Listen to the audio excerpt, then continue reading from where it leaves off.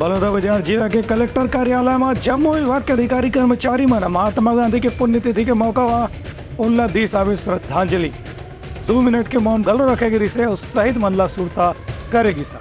बलौदाबाजार भाटापारा जिला मुख्यालय बलौदाबाजार के संयुक्त जिला कार्यालय में आज कलेक्टर चंदन कुमार के मौजूदगी में राष्ट्रपिता महात्मा गांधी समेत भारत के आज़ादी के आंदोलन में अपन प्राण के न्यौछावर करने वाला अमर शहीद मल्ला श्रद्धांजलि अर्पित करेगी। इस मौका में सुबह 11 बजे जिला कार्यालय के सभी विभाग के अधिकारी कर्मचारी मन 2 मिनट के मौन रख के बापू के सुरता करीन और भारत के आजादी के आंदोलन में उनकर योगदान के स्मरण घलो करीन है। यह मौका में कलेक्टर चंदन कुमार हकीन की गांधी जी के सत्य और हिंसा के जो सिद्धांत रही से ओखरे पालन करके भारत ला अंग्रेज मन के गुलामी से मुक्ति मिली।